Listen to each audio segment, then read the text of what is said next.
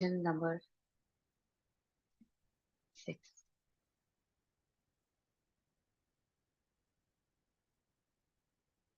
So we can start. Okay. Are you all able to see my screen? I'm audible, right? So we can start. So this is Prabhupada. Let's pay our obeisances to Srila Prabhupada before we begin. So Vaishnava culture. So let's go on and start our next class. So whatever we learn is based on the teachings of His Divine Grace, A.C. Bhaktivedanta Swami Prabhupada. Srila Prabhupada ki jai. Formal Vaishnava Association, lesson number 6. Okay, now here we are seeing a person taking, offering obeisances. It says, this is actually in a tune. This is from Chaitanya Charitamrita. Shuddha Bhakta Charana Renu Bhajana Anukula Bhakta Seva Parama Siddhi Premalatikara Mula. What does it mean? The dust of the lotus feet of a devotee, the water that is washed the feet of a devotee and the remnants of the food by the devotee are all very, very powerful. That's what it says. And then one more is there, Bhakta Pada Dhuliyara, Bhakta Pada Jala, Bhakta Bhukta Avashesha, Tina Mahabala. Means these three are very, very powerful. It says, like, you know what it means? Whatever we do, in a Vaishnava association, it's going to help us in that progress of our spiritual life. In the sense, we have heard about this Bhakti Lata Beach. Brahmanda Brahmite Kono Bhagyavan Jeev, Guru Krishna Pasade Paye, Bhakti Lata Beach. Now we have come in the association of devotees, we have come in touch with the senior devotee who is actually taking us one step higher. Now what is happening is, by taking the dust of the lotus feet of the devotees and taking the water that has washed the feet of the devotee and the remnants of the food left by a devotee, all these are actually help us in developing. That beach will sprout. It is going to become a big creeper. It's grow because that beach actually needs, like, what does the seed need? When you plant the seed, it's watering, it needs care. How do we get that? By all this, chanting, hearing, honoring prasad, and actually how do we behave with Vaishnavas. That is very, very important. In the association of devotees only we'll grow. If there is no association of devotees, the progress is not easy. It's not going to happen.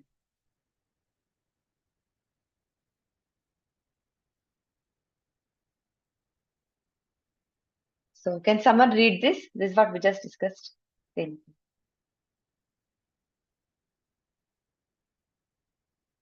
Shall I, Mataji? Yes, Mataji. The dust from the lotus feet of pure devotees gives rise to devotional service, and service to the devotees is itself the supreme perfection and the root of the tender creeper of divine love. Hare Krishna.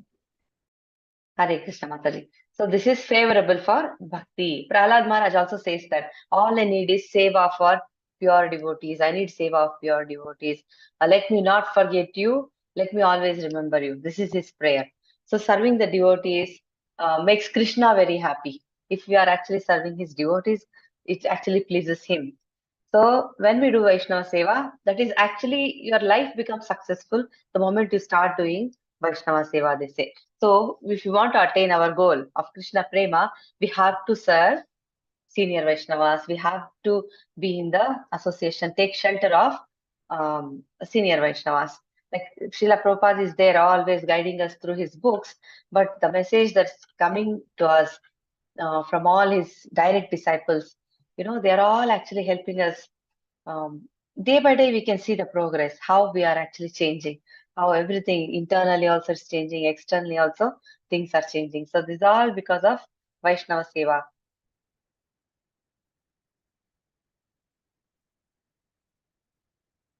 Okay, next slide. Okay, respect in Vaishnava society. So, respect in Vaishnava society. There are different, like you see in this, see, Raja Maryada, Vidya Maryada, Sadguna Maryada, all this we'll discuss one by one. What is Raja Maryada? Raja Maryada is, uh, you see, this is actually from long, long back, we had all these kings who ruled us, emperors. They were emperors because India was not just, Bharat was not just Bharat. The whole world, Bharat was much bigger than what it is today. So we know how the whole world, he was the emperor of the entire world. That's what Bhagavatam says. So all these Raja Rishis, they're called Raja Rishis. They are respect for them. We have to respect them because they are very special respect for them because they protect their subjects, they maintain dharma, and they are also instructed in the spiritual science. So they need to be respected. We see so many examples in Bhagavatam only, like Parikshit Maharaj was respected everywhere. We know that past time where he went and the sage did not, the rishi who was actually meditating, he didn't pay attention, he got angry. So it is very normal for people to offer their obeisances to a king. So respect should be offered to the king because they are called actually representatives of the Lord himself. They're like Naradeva. That's why. Vidya Maryadi. Vidya means somebody who is learned. Doesn't matter if they are old or young, irrespective of age, all the scholars. Because there are, like Chaitanya Mahaprabhu, when he was very young, he was already a scholar. Like that, there are people, it doesn't matter. They may be 80 or 90, or they may be 5 years old. If they are very learned, we must offer our obeisances. We must respect them. The example we have is, one second, the very beautiful example we have is of Shukamuni. He is very young. All the sages who are sitting in front of him, hearing him, they're much older than him. Parikshit Maharaj also was much older than Shukamuni. Shukamuni was a teen, basically. So he was offered respects. Next is Sadguna Maryadi. When there is Vidya, there is humility. Vidya brings Vinaya, they say. So a person who is actually learned will also have humility. He will also have all the divine qualities. So such a person will also be respected. We have to respect. Varna Maryadi. Varna Maryada means, Brahmanas, Kshatriyas, Vaishyas, Shudras. These are the different orders. Now, Brahmanas, everybody has to respect Brahmanas. Everybody. All the, Vaishyas, Kshatriyas, Shudras, all of them. The whole society has to respect Brahmanas. And it also says, in one of the references is given that a seniority of a Brahmana is based on his qualification and also knowledge. We see Krishna, how he received Sudama Brahmana, and we see how he actually put them gave them the best seat over there, washed their feet and offered them everything. So Krishna himself set an example how we must treat Brahmanas. So they need to be respected. But there are examples like where a Brahmana was not respected. In Bhagavatam, there is this example of Ashwatthama. By birth, he was a Brahmana, but Arjuna, when he came to know that he had killed all the sons of Draupadi, what did he do? He dragged him like an animal, it says. No respect. He just caught hold of him. He captured him like an animal and he dragged him. He was ready to kill him. And then such Brahmanas. Why? Because he was Brahmana in the name only. He shouldn't have done what he did. He was unfit to be called a Brahmana. Such people are called Dvija Bandhus, unworthy sons of Brahmana. So then Draupadi says, don't punish, don't kill him. She says not to kill him, and things happen. Then, actually they listen to her, and then Krishna is there. Bhima is also showing his anger. So there is this situation. So we see how Ashwatthama was treated, though he was born to a Brahmana. So Brahmanas have to be qualified to be known as Brahmanas, not just because they've taken birth in a Brahminical family, like father is Brahman, so I'm a Brahman. That's just not how it is. So, Varna Maryada. Ashrama Maryada. In ashramas, sannyasis get the highest respect. They are like the spiritual masters for the whole society because they're actually guiding everyone. They're taking us closer to Krishna. Whenever we see a sannyasi, immediately we'll feel like chanting. Immediately, in India especially, the moment we see a saffron clothes, or the moment we see someone wearing a tilak, or we have these four parampara systems. Anyone coming from one of these paramparas, anybody we see, immediately people offer their they do namaste. They offer respects. So ashram the sannyasis, because they represent renunciation, and they are very, they are much closer to their goal. So bhakti maryadi, devotion, one who is a shuddha bhakta, who is very elevated in devotion, such a person actually is given a lot of respect because they live their life like that. Their achar, their behavior, that itself shows that they are bhaktas, and we must respect. Shukamuni is one of the examples because he was a bhakta too. And there are many examples in Bhagavatam, Prahlad Maharaj, Dhruva Maharaj, and in our examples we see Prabhupada and a lot of senior devotees. There are many people like all the acharyas coming from the parampara system. They are all bhaktas. So we have to offer our respects to them. Okay. Can someone read this, please? Hare Krishna.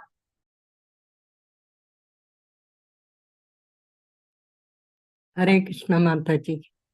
Uttama hava vaishneva habe nirabhimana jive samana dibe jani kani adinohana. Although a Vaishnava is the most exalted person, he is prideless and gives all respect to everyone, knowing everyone to be the resting place of Krishna. Hare Krishna Mataji. Hare Krishna Mataji. A Vaishnava actually respects everyone, every living entity. He's very, very humble. Why is he like that? Because he sees Krishna in everyone's heart. He knows every living entity has Krishna in the heart. So they look at everyone as souls, not bodies or skin color or anything. Like Prabhupada, he was distributing this knowledge to everyone. They are from different backgrounds, different culture, different countries, but he did not discriminate at all. So Vaishnavas are like that. Their consciousness is very, very pure. Since they're chanting and following all the devotional rules and regulations, their heart is very clean, their mind is very clean. So they achieve Krishna Prema very easily, and that makes them very humble, and they treat everybody with love. So Prabhupada has had a lot of love for everyone. That's why he went all the way. Many people, they left their fathers, mothers, everyone, and joined him. They were looking up to him as a father, as a grandfather figure, with so much love. His only intention was to save them from their miserable condition. So actually, he did that. Also, we could see if you read all this Leela Amrita and all, we see how he has changed so many people's lives. He's brought them from a very disgusting condition to a higher level. Like, he made them Vaishnavas. Like, this is Chaitanya Mahaprabhu. We'll discuss what's happening in this image here. Chaitanya Mahaprabhu says, Trinadapi Sunichena Tarorapi Sayishnana Amanina Manadena Kirtaniya Sadahari. Trinadapi Sunichena. Trinad means, that grass, you have to be humbler than the grass. That's what it means. See, humbler than the grass. If somebody steps on the grass, it comes back, rises back again. It is not complaining. But what happens if someone criticizes us? Our mood gets affected. How can this person insult me? How somebody could speak like this about me? Why somebody is not treating me like this, like that? This goes on in the world. Everybody is very sensitive in that way.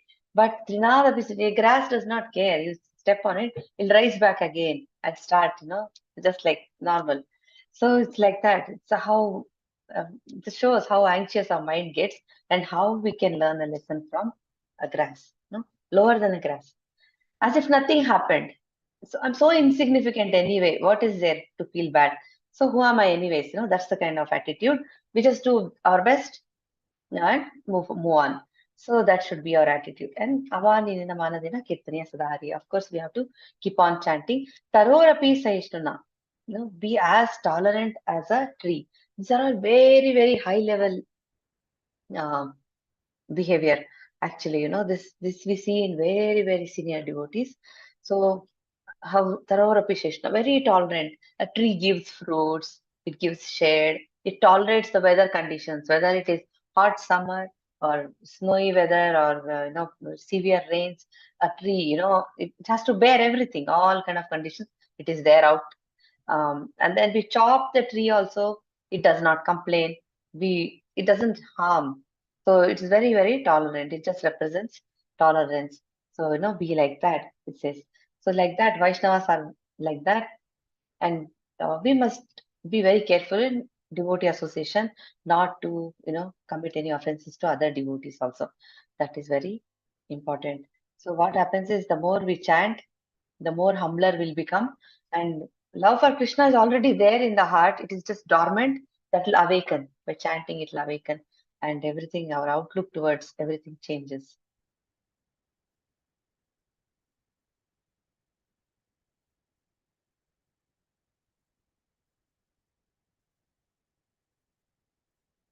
Can someone recite this one, please? Hare Krishna.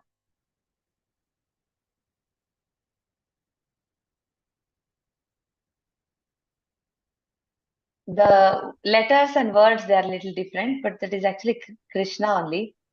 The spelling is like that. You can try. It is Charana actually. Third line, it is Charana. Okay. Hare Krishna Mataji. Hare Krishna.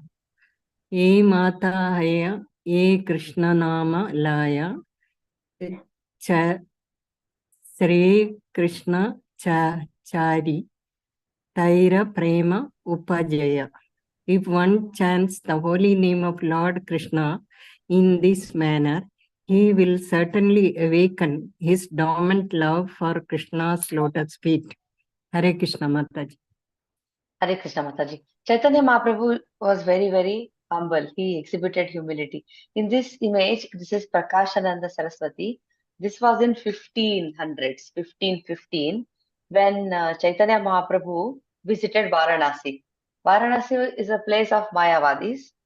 So what happens is this person, Prakashananda Saraswati, he has lot of disciples, and they are Vedantis basically. They are all great sannyasis, but they are Vedantis. They come from Mayavada school of thought, where they think they are Brahman actually. They designate themselves as Brahman, Narayan. So they don't have this concept of Lord is a person, all this. So when Lord Chaitanya is there, he is very attractive. Mahaprabhu is very, very beautiful.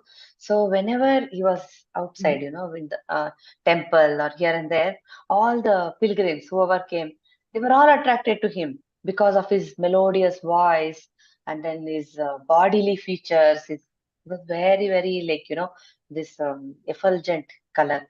Gauranga is called because of his golden complexion. His Sankirtan, his chanting, all these people were attracted, and there are some people who say this is Narayana himself, he's Bhagwan. People would say that. So what happened was they were taking all this news. Prakashananda Saraswati also heard this, and he didn't like it. He criticized. He said, "This is not how a sannyasi should be." That's what he said. That there were some devotees who did not like this. There, one Maharashtrian Brahmana was there. We heard what he said. Is he called him? He said whatever he is singing, sannyasi, the sannyasi is behaving like this. He's just a religious sentiment, sentimentalist like that. It's just all sentiments. That's why he's singing like that among people, that too. So it didn't sound good. So that person comes and narrates the incident to Mahaprabhu. So Mahaprabhu creates a situation. What happens is there's this Brahman who arranges for a feast. He invites Chaitanya Mahaprabhu for lunch. He says, please come and have a bhog at my house. And also he'll offer invitation to others also. He'll call Prakashananda Saraswati and some of his disciples. So all of them are there. When Mahaprabhu reaches there, everybody is inside. There is a place outside in ancient houses. You must see outside they keep some water. You have to wash yourself and then enter. He washes and then he sits there only. Sits outside. So they're like, why is he sitting there? And then they all come and bring him inside with a lot of respect. They'll say, you are also sannyasi. We know you're a Vaishnava. Please come inside. And they'll take him and they'll offer him a seat. And they'll say, could you actually, they actually, the conversation is very respectful. Sannyasis know how to treat each other, though they belong to different sects. Then they have a long conversation, discussion, and Chaitanya Mahaprabhu talks to this person just like how he spoke to, in when he was being spoken in this one, like Bhattacharya in Puri. They had the similar conversation where he spoke to him about, he said, I'll teach you something. And for 7 days he was speaking and Mahaprabhu didn't say a word. Similar situation. But here he defeats him. After 7 days, when he asks, he tells him, I understand what is Vedanta very nicely, but I don't understand what you said. Saying that his explanation only was wrong. He defeats him. Same way with his own words and with references and everything. Lord Chaitanya is able to convince them all about his own, how who is Krishna, what we are supposed to do, and everything. And they also start chanting. So that Sankirtan was transcendental. Everybody was so overwhelmed with love for Krishna. So they also actually became devotees. So he had that power to convert them also. So there was that, they all were so respectful of him. That's what it says. And Chaitanya Mahaprabhu, we know he says, right? Hare Nama, Hare Nameva Kevalam, Hello Nasteva Gatir Anyatha. In this age of Kali, there is no other means. He says that 3 times. No other means for self-realization. The only way is to chant the holy name. Chant the holy name, chant the holy name, chant the holy name. This purposely it is repeated 3 times so that, the stress is there. Like we have to chant.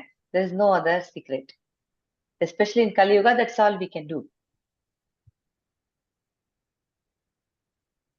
I'm trying to change this. Now, respect in Vaishnava society, we are discussing that.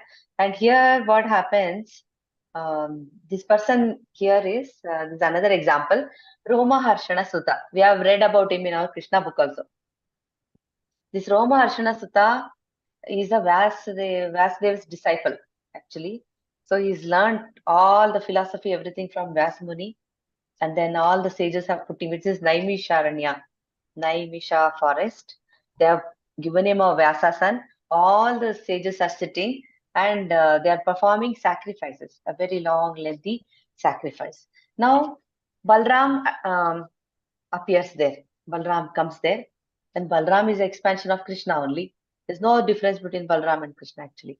So when Balram comes there, all the sages recognize him and they all stand up, they offer their obeisances and they worship him and they provide him a very nice, seat of honor.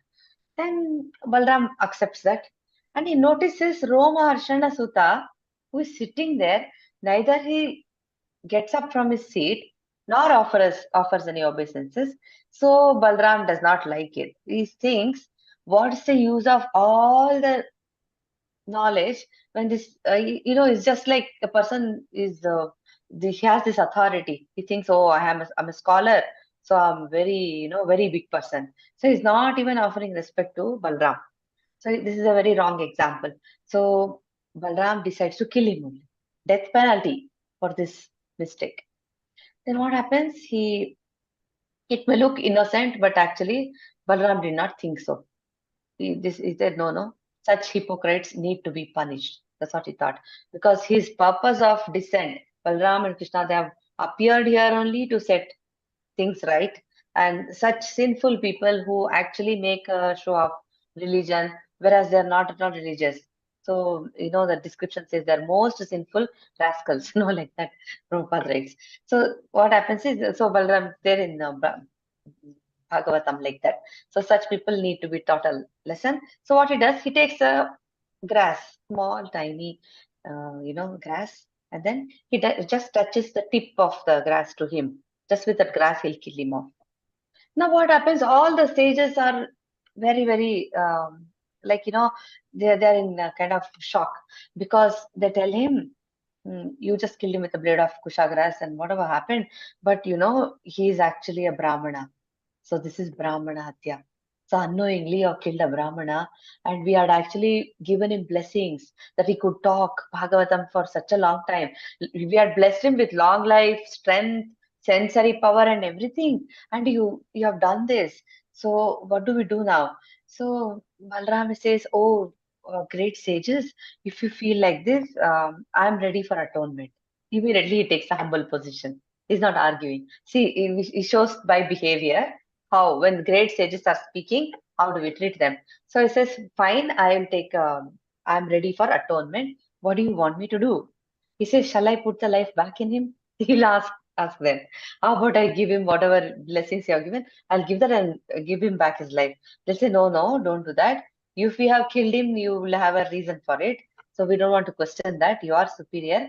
But do something such that your everything stays intact. Your power, your kusha weapon also, plus the promise that we have made, blessings that we have given, all should remain intact. Please, can you do something like that?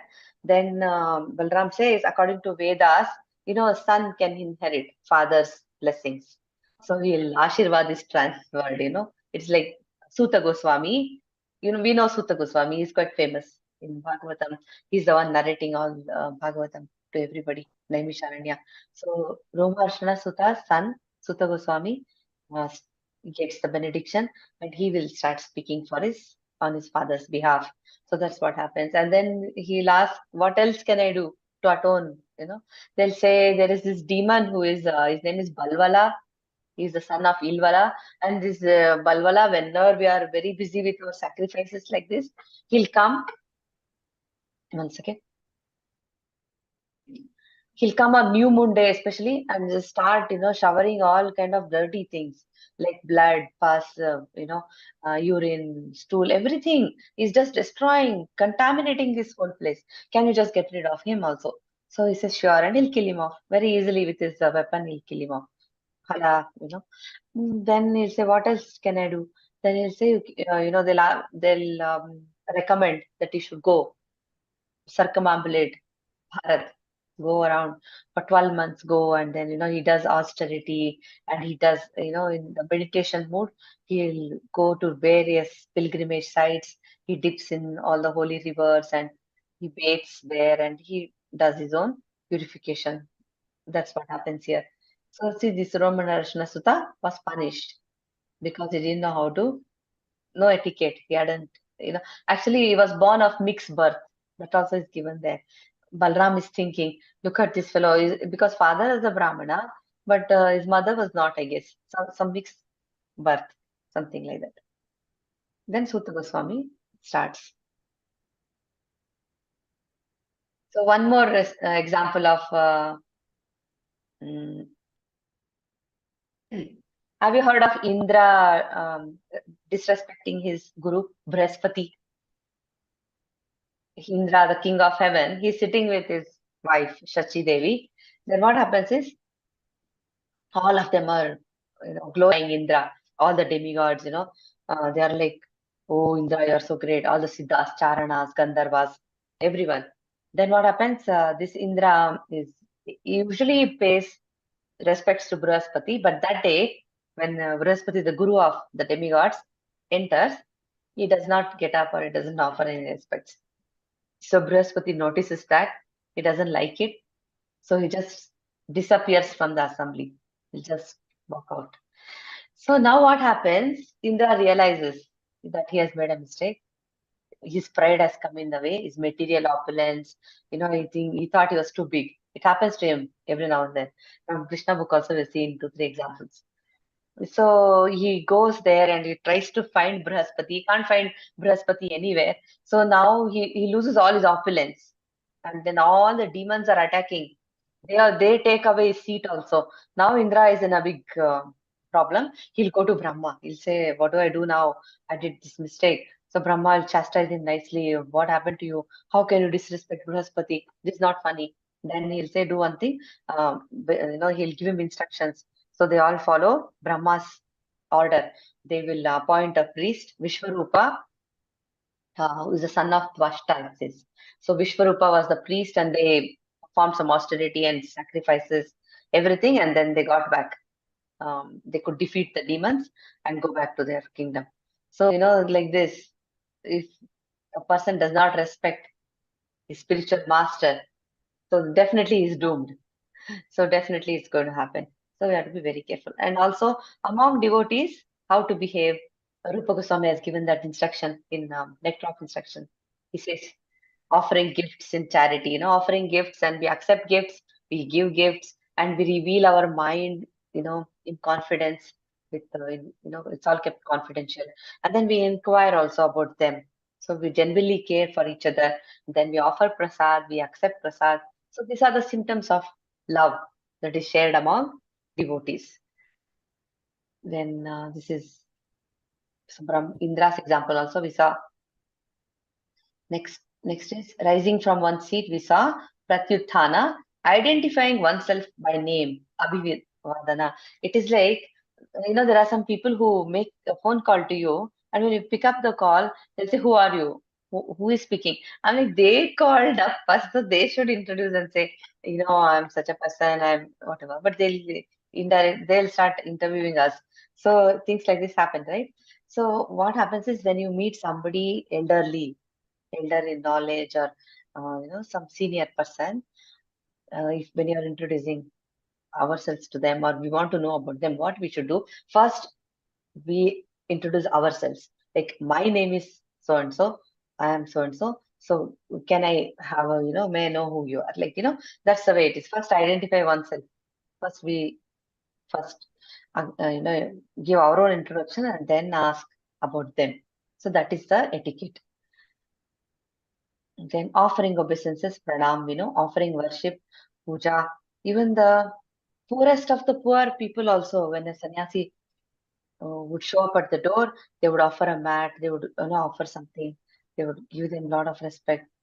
So, and then giving charity, offering prasadam, water, sitting place, straw.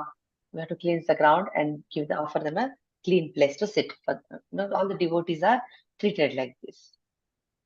So we offer them all this, we treat them with all this respect, and because we know they are actually, devotees who are actually serving the Lord. And another reason is because Paramatma is there in that person's heart. So that when a guest shows up at the door, they say he should forget, even if an enemy, if he's your enemy, he should forget that he's the enemy. We should treat him so nicely, they say. Okay. Maryada Vyatikrama. Maryada means respect. Vyatikrama means fault. Impertinently surpassing a greater personality. See, even if a person is well versed in some transcendental science, he should be careful. Say he knows a lot, but he has to be very careful when he is among others. If there is a person, a senior person sitting and a spiritual master sitting, he should not simply open his mouth just to show off. I know too much. I'll talk. That should not happen. A devotee has to be humble.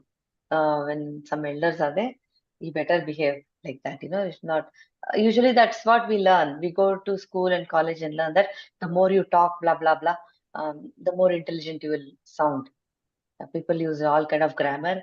They stand up and talk, and people think, "Wow, this is leadership." But actually, a devotee is very humble. He knows he will not trespass. Cross that line. Be very careful. And also, as it says, what happens if a person does not respect a devotee? He'll actually, just like how we saw in Roma Arjuna Suta's case and all that, they will lose everything. They'll lose their duration of life also becomes shorter. Their opulence also will go because they have disrespected some Vaishnava, and their fame, their piety, then lose their piety. All the punya what have they've earned, that also will go if they have committed an offense towards a sannyasi or a Vaishnava, that it's a very serious thing. So they have to be very careful. It says that. Yeah, finish. Next is this. So, can someone read this, please? Hare Krishna. Hare Krishna Mataji. The rule is that in the presence of a higher personality, one should not be very eager to impart instruction, even if one is competent and well versed. Hare Krishna Mataji. Hare Krishna Mataji. So it's like, I know, I'll talk, I talk too much and boasting, all that.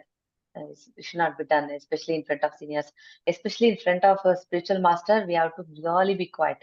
Like a empty, even we have multiple degrees or PhD or whatever, it seems we have to be like a blank sheet of paper or a slate, nothing will be written on it. Like that, we should really be like dumb.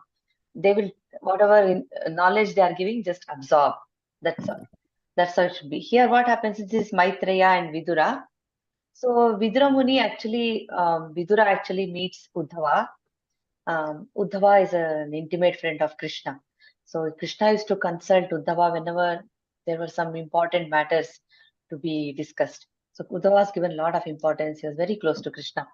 And before departing this place, Krishna had also spoken Uddhava Gita to Uddhava. And Vidura actually approaches Uddhava and he has some questions, transcendental questions. He wants to ask something, learn something. And that time Uddhava, what he does, he directs Vidura to Maitreya Muni. He says, he is senior to me. Please consult Maitreya Muni. He is a Mahatma. That's what Uddhava does. So Maitreya Muni and Vidura, this is them. How humbly Vidura is actually listening to Maitreya Muni. He has some questions. Very humbly is hearing about Krishna and all the other matters, important matters. There are a lot of etiquettes like that. When Acharya is alive, if a spiritual master is alive, his disciples do not accept other disciples. They don't make disciples. They are all directly approaching the spiritual master. So spiritual master has disciples. His disciples don't go and make disciples when he is alive. Usually that is the case. So some etiquette. Yes. Can someone read this, please? Hare Krishna. Hare Krishna. If a god brother is more enlightened and advanced in Krishna consciousness, one should accept him as almost equal to the spiritual master. Hare Krishna. God brothers are those who have been initiated by the same Guru Maharaj. So both of them are God brothers. Now, if somebody is actually, advanced, is enlightened, so that person should be given the same respect as the Guru. So, we should treat them. There is no competition in spirituality. That is not like who is getting first rank, who is getting second rank. That happens in the material platform, but that should not be the case here. In the office also there is competition, backbiting, all that happens. So, all that for promotion or whatever. But that does not happen in Krishna consciousness, and it should not be the case. There was this example, I think I have told you already in one of the sessions we were discussing. There was this priest somewhere in some temple in UK, I think. A very famous politician visited him, and he asked him, "What do you do in this temple?" He said, "I'm a priest." A priest generally, what does he do? He takes care of the deities, and I'm a priest. So how long have you been serving like this? He says, more than 30 years. I said, 30 years you've been a priest. Is there no promotion?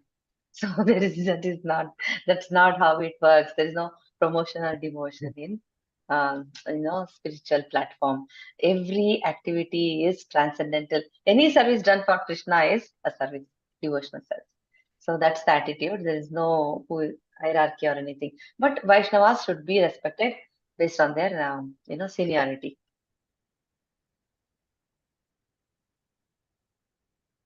Okay, can someone read this? Hare Krishna.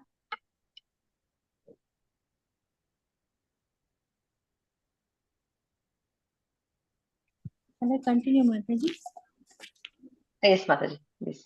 Relationship between God brothers must be very genuine and pleasing. Otherwise, the future of our institution will not be very hopeful. Hare Krishna. Yes, Mataji. It's the relationship between God brothers. So Prabhupada had this, he said this because his own Guru Maharaj, Bhakti Siddhanta Swami Prabhupada, had started so many Gaudiya Mathas, taking care of those Mathas. 62 Mathas were there. But he told also, after I leave, this will all break apart, they will split. And it happened after Bhaktisiddhanta Swami Prabhupada left, all the Gaudiya Math, there was some disturbance and they split. So Prabhupada didn't want that to happen. After he leaves his mortal body, he did not want, just any fights among all the ISKCON devotees. So he says that, a fight, nothing will happen from outside. No one will break the temple from outside. From within, if there is no cooperation, if the system, is not being followed properly, then obviously it's going to fail. So, because nobody is perfect, and when so many people are working together, there's going to be difference of opinion and all that. These small things should be ignored. All the faults and defects, they will be there, but we have to tolerate. That's what Prabhupada taught. To tolerate all the defects. Focus is on Krishna. Just serve Krishna. That's it. All these other things should not come in the way. In the spiritual world, also in Goloka Vrindavana, they are very happy when somebody else is. There's some, this Radharani's group is there, Chandravali's group is there. All this is happening for pastime's sake. But if somebody else serves Krishna or somebody does a better job serving Krishna, this person also is happy. This Krishna is happy. That's the attitude. It's not like, wow, how come that person is doing better than me? That is not at all the attitude. There's total harmony, it seems. In Vaikuntha also, in Goloka also. They are in so much harmony. There's no envy there. So that's the kind of environment that should be created in the temples. So he said, cooperate among yourselves, no competition. So internally, they have to be everybody who is working to serve Krishna has to get along, has to ignore little things and just focus on Krishna. So actually next is, this is Vaishnava Aprad, and there are almost around 20 slides. We'll do one thing, we'll stop here. Vaishnava Aprad separately we'll do in the next session. Otherwise it will go on for a very long time. I'll stop the live stream.